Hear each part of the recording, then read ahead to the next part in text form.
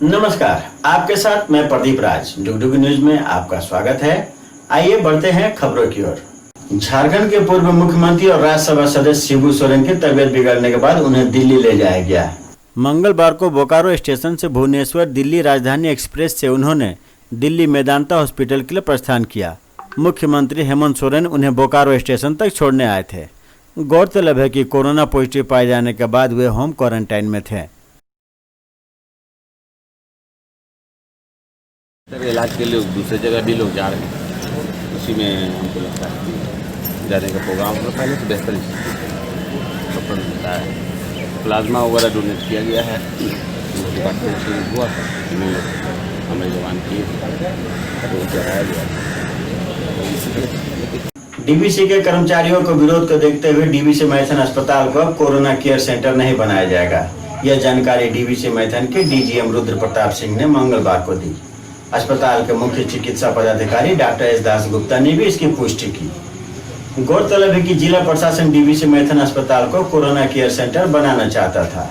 DVC Maithon के BP Niyogi अस्पताल को कोरोना केयर सेंटर बनाए जाने के प्रस्ताव के खिलाफ डीवीसी के तमाम कर्मचारी संगठनों ने विरोध शुरू कर दिया था। संगठनों ने मंगलवार को अस्पताल के गेट पर सामूहिक धरना शुरू कर दिया था। इसी बीच डीवीसी मैथन के उप महाप्रबंधक रुद्र प्रताप सिंह ने धरना स्थल पर पहुंचकर संगठनों के कार्यकर्ताओं को आश्वस्त किया कि अब डीवीसी अस्पताल को कोरोना केयर सेंटर नहीं बनाया जाएगा। उन्होंने बताया कि डीवीसी की ओर से धनबाद के उपायुक्त को पत्र देकर आम लोगों की परेशानियों से अवगत करा दिया गया था। गौरतलब है कि जिला प्रशासन डीवीसी मैथन के अस्पताल को कोरोना केयर सेंटर बनाना चाहता था। 18 तारीख को 11 कुंड के अंचलाधिकारी और प्रखंड विकास पदाधिकारी ने अस्पताल का दौरा किया था। इसके बाद से ही मैथन के कर्मचारियों की ओर से इसका विरोध शुरू हो गया था। देखिए हमारे आरटीसी थोड़ी देर में बात कर रहे हैं। पिछले 10 दिनों से जो ये चल रहा है लेकिन ये हॉस्पिटल मैथन को कोविड सेंटर बनाने का जिला प्रशासन से, तो हमारे सारे एम्प्लॉयगण, उनके जितने रिप्रेजेंटेटिव हैं यूनियन के, पेंशनर्स के, सब कोई एकजुट होकर इनका विरोध करते थे। और हम लोगों ने एक सजेशन दिया था डीसी साहब को कि ये हॉस्पिटल छोड़ दिया जाए, क्योंकि ये हॉस्पिटल बहुत वाइटल है, बहुत इम्पोर्टेंट है। अभी हमको मेरा ये हॉस्पिटल बीपी के हॉस्पिटल अभी कोविड सेंटर नहीं हो रहा है, तत्काल नहीं हो रहा है, तो इसके लिए हम डीसी साहब को बहुत धन्यवाद करना चाहते हैं डीवीसी की ओर से। पूर्ति करते हैं इस हॉस्पिटल के माध्यम से सब चलता रहेगा और आगे भी हम लोग एकजुट रहेंगे कि इस पर कोई आशंका नहीं। ऑफिशियल इन्फॉर्मेशन पहले भी नहीं था, अभी भी नहीं था, लेकिन अनऑफिशियल इन्फॉर्मेशन जो है कि ये शायद कोविड सेंटर न हो। इस तारीख को जो है हम लोग जो है फिर एक चिट्ठी दे करके मैनेजमेंट को आगाह किए कि अगर इसको जो है कोविड हॉस्पिटल बनाने का सोच जो है नहीं छोड़े तो हम लोग मैनेजमेंट का अगेंस्ट में जो है 25 तारीख से धरना देंगे। उसी मुताबिक जो है आज हम लोग डीवीसी में जितना भी यूनियन है और पेंशनर फोरम सब मिल करके यहाँ धरना में बैठे थे। तो जैसे ही हम लोग जो है कार्यक्रम शुरू करेंगे उसी वक्त जो है हमारे जो है डीजीएम एडमिनिस्ट्रेशन यहाँ आए और आकर के जो है आश्वासन दिए कि जो है वो खबर मिला है कि डीसी साहब जो है इनको जो है कोविड हॉस्पिटल नहीं बनाएंगे। और ये आश्वासन के बाद में जो है हम लोग अंदर में जो है डीसीएमओ से बात करने के लिए गए, सबको मिल करके वहाँ भी जो है वो डीसी को एक धन्यवाद ज्ञापन चिट्ठी देंगे, यही फैसला हुआ। और इस चीज़ को देखते हुए हम लोग ने आंदोलन को जो है स्थगित किया। आपके पास अगर जानकारी है तो आप शेयर करें। ये हॉस्पिटल लेना अगर कोविड हो जाता है तो not only for employees, not only for pensioner, यहाँ 5 से 10 किलोमीटर रेडियस में जितना भी यहाँ का पॉपुलेशन है, हमारे पैरामेडिकल स्टाफ और जितना जी जान से लड़ते हैं, जी जान से अपना पूरा ये करते हैं, हम तो नहीं लगता। कारण यह था कि आज हमारे डीजीएम साहब वहाँ आए और उन्होंने स्पष्ट शब्दों में कह दिया कि यह डीवीसी का हॉस्पिटल कोविड हॉस्पिटल नहीं बनने जा रहा है। और इसमें हम अपने तरफ से तमाम अपने साथियों जितने हैं यूनियन के लोग जो बढ़ चढ़ करके इस बीपी नियोगी हॉस्पिटल को कोविड हॉस्पिटल नहीं बनाने में सहयोग दिए, उसके लिए मैं धन्यवाद देता हूँ। एकत्रित हुए थे कि बीपी नियोगी हॉस्पिटल को जैसे कोविड वार्ड के रूप में कन्वर्ट नहीं किया जाए, क्योंकि ये जो है सो मास एरिया के बीच में है और यहाँ बहुत सारा इस्टेब्लिशमेंट भी नहीं है। तो इसके लिए सार्वजनिक रूप से जो प्रयास किया गया तो वो प्रयास जो है सफल रहा। इसके लिए यहाँ के जो है सो सभी सामाजिक कार्यकर्ता, एम्प्लॉय, डॉक्टर्स, ऑफिसर्स सभी लोग इन्वॉल्व थे। इवन यहाँ के जो है सो माननीय विधायक, इससे जो है यहाँ के लोगों को एक बहुत ही बड़ा मन में संतोष भावना और सुरक्षा का भावना जो है जगा है। तो हम लोग जो है आज डीवीसी गेट में सभी यूनियन का साथ डीवीसी पेंशनर फोरम भी इस आंदोलन में शामिल हुए। आंदोलन शुरू होते ही हमारा जो डीवीसी का प्रबंधन है उसका ओर से DGM administration mister Rudra Pratap Singh आके हम लोग का आश्वासन दिया है। वो लोग जो है सिविल प्रशासन का साथ संपर्क में है और जो है इसको नहीं बनने देंगे। थोड़ा बहुत बातचीत भी हो गया है, इसको दूसरा जगह में जो है कोरोना हॉस्पिटल को शिफ्ट करने के लिए, और डीवीसी हॉस्पिटल जो है जैसा था वैसा ही रहेगा। डीवीसी कर्मचारियों के संगठन से और डीवीसी पेंशनर फोरम की तरफ से हम लोग यहाँ माइथन हॉस्पिटल के गेट पर एक विरोध प्रदर्शन का आयोजन किए थे, लेकिन प्रबंधन से आदेश हुआ कि उनके स्तर से प्रशासन से बात विचार की जा रही है और डीवीसी माइथन हॉस्पिटल जो है उसको कोरोना हॉस्पिटल नहीं बनाया जाएगा। आज बहुत खुशी का बात है कि हम लोग डीजीएम साहब आकर बोले, डीसी साहब बोले हैं कि यहाँ कोविड हॉस्पिटल नहीं होगा। इसके लिए हम लोग जितना एम्प्लॉय है सब बहुत खुशी का मामले के एमओ इंचार्ज भी बोले कि नहीं होगा। इसलिए डीसी साहब को बहुत बहुत धन्यवाद दिया जा रहा है। डीवीसी जो अस्पताल है, बीपी नियोगी अस्पताल है, इसको कोविड अस्पताल 2 बनाने के लिए बहुत प्रयास किया गया जिला प्रशासन के द्वारा, लेकिन इसको कोविड अस्पताल बनाने से पूरा मैथनवासी और इसके अगल बगल के लगभग 10 पंचायत के लोगों को बहुत ही दिक्कत होता है। आज हम लोग 25 तारीख को यहाँ पर धरना पर बैठे हुए थे, लेकिन जैसे हम लोग धरना शुरू किए उसी समय हम लोग को परियोजना प्रमुख के प्रतिनिधि डीजीएम साहब आए और आश्वासन दिए कि जिला प्रशासन से बातचीत हो गई है, इसको कोविड अस्पताल नहीं बनाया जाएगा। धनबाद नगर निगम के एक कर्मी के कोरोना संक्रमित पाए जाने के बाद धनबाद नगर निगम कार्यालय को 48 घंटे के लिए सील कर दिया गया है। नगर निगम बिल्डिंग और उसके चारों ओर सैनिटाइज किया जा रहा है। नगर आयुक्त ने यह आदेश दिया। अब नगर निगम के अधिकारी वर्क फ्रॉम होम काम करेंगे। कर्मचारी भी कार्यालय आए बगैर काम करेंगे। कोरोना संक्रमित पाए गए कर्मी के संपर्क में जो भी लोग आए हैं उनकी पहचान कर कोरोना जांच भी कराई जाएगी। बिहार के मुख्यमंत्री और मंडल आयोग के अध्यक्ष दिवंगत बीपी मंडल की जयंती रांची के हरमोई स्थित राष्ट्रीय ओबीसी मोर्चा प्रदेश कार्यालय में मनाई गई। इस मौके पर उनकी तस्वीर पर माल्यार्पण कर उन्हें श्रद्धा सुमन अर्पित की गई। इस अवसर पर रिटायर्ड उप महानिरीक्षक सुबोध प्रसाद और मोर्चा के प्रदेश अध्यक्ष राजेश गुप्ता ने दिवंगत मंडल को शोषित पीड़ित जनता का मसीहा बताया। उन्होंने कहा कि बीपी मंडल की रिपोर्ट के कारण ही पिछड़े वर्ग को 27% आरक्षण मिली और इसी कारण समाज के लोगों की तरक्की हो रही है। समाज के लिए किए गए उनके कार्यों को भुलाया नहीं जा सकता है। ओबीसी मोर्चा के राजेश गुप्ता ने बताया कि राष्ट्रीय ओबीसी मोर्चा झारखंड प्रदेश में ओबीसी संकल्प यात्रा निकालेगी। कि जिन्होंने इतनी अथक मेहनत करके जो रिपोर्ट बनाई है उसे उसका आंशिक 40 अनुशंसाएं उन्होंने की थी, उसमें मात्र आंशिक रूप से 2 ही अनुशंसाएं लागू हुई है। बावजूद ये इसका देश में क्रांतिकारी परिवर्तन आए हैं, लेकिन वो पूरा नहीं है जब तक जो है उनकी 40 के अनुशंसाओं को लागू नहीं किया जाता है। इसी अनुशंसाओं को लेकर राष्ट्रीय ओबीसी मोर्चा झारखंड में संकल्प यात्रा निकालेगी और क्रीमी हटाओ आरक्षण बचाओ अभियान ये शुरुआत करने वाली है।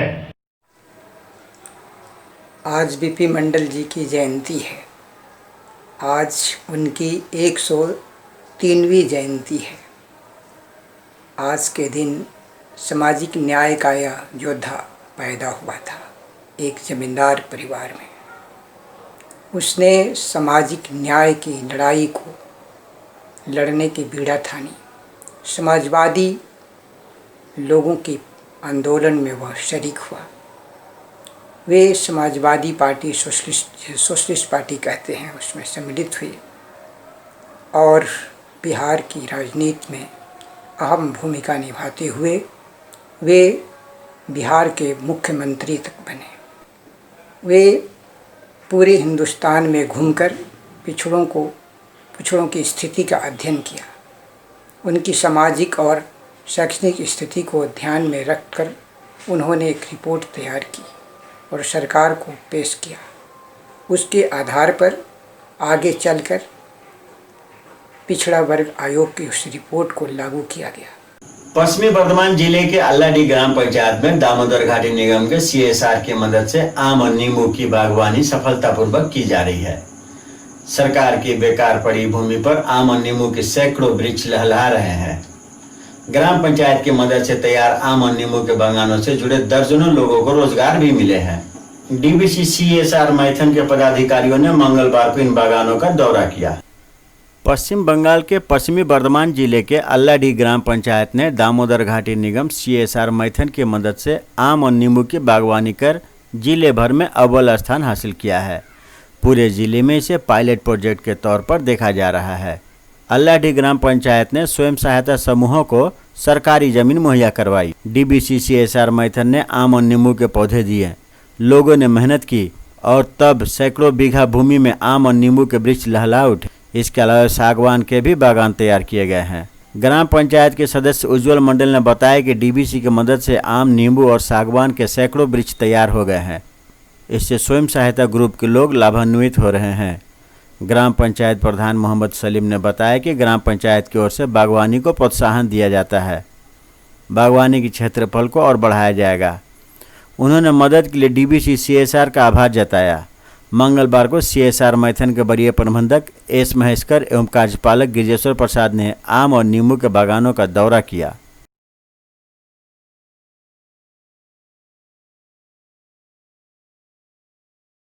আমাদের এই যে বাগানটা দেখতে পাচ্ছেন, এই বাগানে আমাদের DBC CSR ফান্ড থেকে এই যত গাছ সব গাছ 300 আম, 200 মৌসম্বি, 100 সেগুন সব গাছ কিন্তু আমাদেরকে DBC CSR ফান্ড থেকে দিয়ে দেওয়া হয়েছে এবং সেই গাছ আমরা এখন 5 বছর হতে চললো। গাছে আমাদের ফলন পাচ্ছি। আমাদের যে গোষ্ঠী আছে গ্রুপ, সেই গ্রুপ এখান থেকে প্রচুর পরিমাণে লাভবান হচ্ছে। আমরা এই বছর নতুন করে আরও 2টো বাগান তৈরি করছি। আমরা DBC CSR এর কাছ থেকে আমরা আবেদন জানাচ্ছি পঞ্চায়েত থেকে যে আমাদেরকে যাতে আরও 500 গাছ দেওয়া হয়। ग्यारकुंड प्रखंड के ग्यारकुंड दक्षिण पंचायत के नगड़ा नाली गांव में शौचालय निर्माण में अनियमितताओं की जानकारी मिली है। सोमवार की रात लाभुक जया बावरी का शौचालय अनियमितता की भेंट चढ़ गई। शौचालय की दीवार ढह गई। लाभुक जया ने जलसहिया पर निर्माण में अनियमितता का आरोप लगाया है। आरोप लगाया कि घटिया ईंट व सीमेंट का उपयोग किया गया। सीमेंट बालू के मिश्रण में भी अनियमितता बरती गई। बुनियाद भी नहीं खोदा गया। जमीन की सतह से ही दीवार उठा दिया गया। मुखिया लक्खी देवी ने कहा कि सोमवार को ही दीवार का निर्माण हुआ था। बारिश के कारण शौचालय का दीवार ढह गई। निर्माण में कोई अनियमितता नहीं बरती गई। कल का हम लोग बोला जे गांठनी करके कर दीजिए, लेकिन वो नहीं कि बोले कि नहीं ज़्यादा ईटा खा जाएगा। तो हम लोग बोले ईटा खा जाएगा तो गिर नहीं जाएगा। तो वो लोग करके जल्दी करके हड़बड़ करके चल गया। लेकिन पानी जब आया तो ढक भी दिया हम लोग बोरा वोरा लेके, लेकिन फिर भी गिर गया। तो वो लोग आके बोला, बोले नहीं हम लोग तो बालू दिया, सीमेंट भी दिया, तो हवा में गिर गया तो हम लोग क्या करें। जमशेदपुर के सोनारी में कुंज नगर बाल विहार के एक सैलून संचालक ने नदी में कूदकर आत्महत्या कर ली। बताया जाता है कि 42 वर्षीय ज्योति ठाकुर लॉकडाउन के कारण सैलून बंद रहने से आर्थिक तंगी से गुजर रहे थे। दुकान का किराया नहीं देने के कारण दुकान मालिक ने दुकान खाली करा दिया था।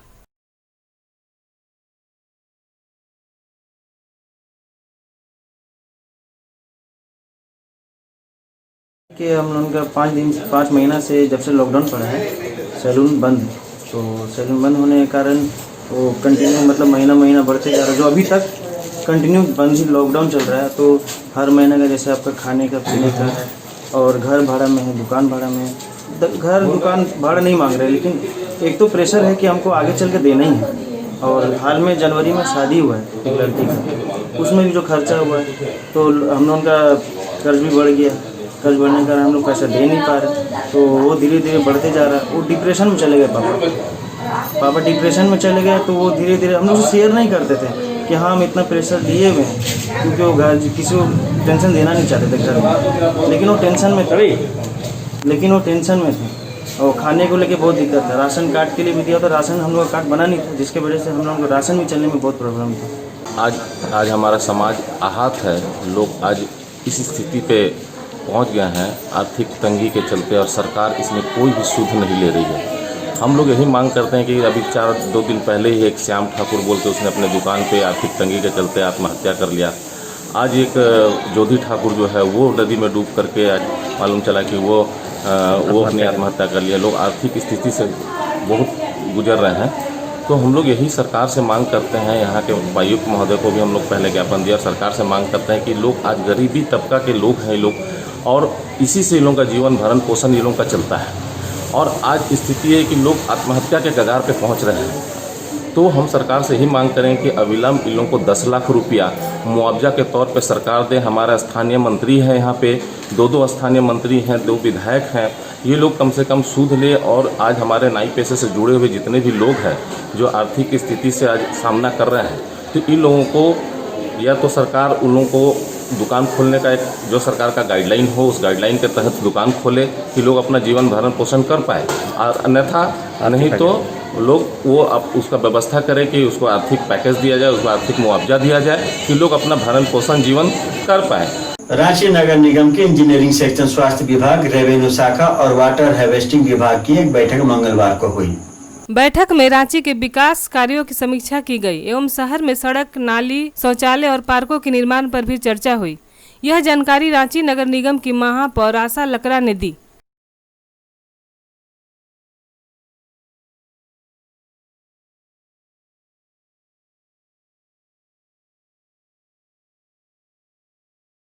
हमने इंजीनियरिंग सेक्शन का, स्वास्थ्य शाखा का और रेवेन्यू शाखा, वाटर हार्वेस्टिंग, ये 4 विभाग का हमने बैठक बुलाए थे। और चारों विभाग का बैठक को हमने एक गंभीरता से कि रांची का विकास कैसे होगा, इसके लिए इंजीनियरिंग सेक्शन का एक पार्ट, चाहे यहाँ रोड का हो, नाली का हो, पार्क का हो, शौचालय है, सामुदायिक भवन है, इतना सारा निर्माण हम लोग ने किया है। पुल पुलिया है, इन सब का निर्माण तो हुआ है, लेकिन रख रखाव, देख दिखाए, चाहे इनको हैंडओवर हम मार्केट सेक्शन में किए हैं या नहीं किए हैं, तो लगातार हमने 16, 17, 17, 18, 18, 19 और 19, 20 का योजनाओं को हमने पूरा गंभीरता से लिए हैं।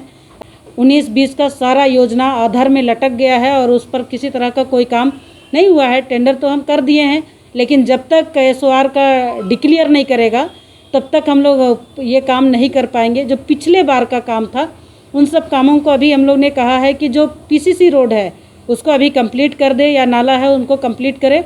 तो ये थी अब तक की खबरें। आप देख रहे थे डुगडुगी न्यूज। हमारे चैनल को सब्सक्राइब जरूर करें। नमस्कार।